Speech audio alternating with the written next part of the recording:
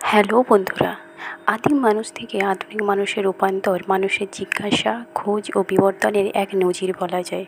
তবে প্রতিটি ক্ষেত্রে মানুষ নিজেকে যে চরম সত্য থেকে আড়াল করতে পারেনি তা হলো মৃত্যু। মৃত্যু সকলের কাছেই বেদনার, কিন্তু টেকনোলজির এত উন্নতি সত্ত্বেও মানুষ এখনও এই অবস্থা থেকে নিজেকে রক্ষা করতে পারেনি। চলুন খোঁজের এই প্রথম পর্বে আজ জানব কেন মানুষ মরণশীল। পুরো ব্যাপারটা বোঝার জন্য প্রথমে জানব কোষ ও তার বিভাজন সম্পর্কে। কোষ বিভাজনের একটি প্রকার হলো মাইটোসিস বিভাজন, অর্থাৎ যে প্রক্রিয়ায় একটি কোষ থেকে নির্দিষ্ট সংখ্যক কোষ তৈরি হয়। মোটামুটিভাবে বলা যায় এই প্রক্রিয়ায় আমাদের দেহ গঠন, অর্থাৎ আমরা ছোট থেকে বড় হই, দেহের ক্ষয়পূরণ আরও অনেক কিছুই সংগঠিত হয়।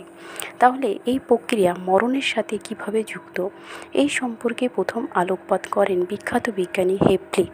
তিনি এবং তার কলিগের গবেষণা অনুযায়ী এই মাইটোসিস বিভাজন প্রক্রিয়াটি কিন্তু অনন্ত নয়।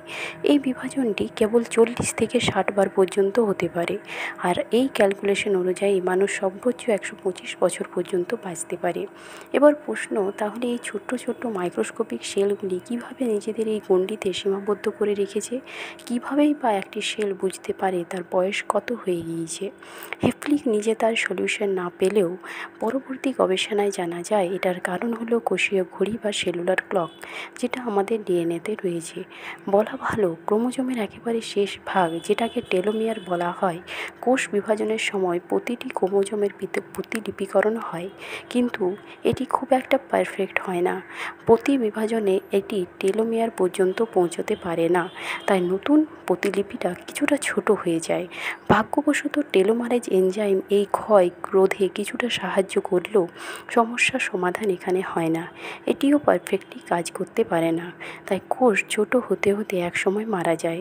তাহলে কি টেলোমিয়ারের দৈর্ঘ্য বৃদ্ধি করে আমরা মৃত্যুকে জয় করতে পারবো? স্টাডি বলছে এই প্রক্রিয়াতে এজিং বন্ধ করা সম্ভব নয়।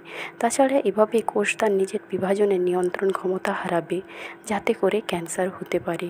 তাই প্রকৃতির এই চরম অথচ সত্যকে মেনে নেওয়া সর্বোচ্চ ভালো। ভিডিওটি দেখার জন্য অসংখ্য ধন্যবাদ। দেখা হবে পরের ভিডিওতে।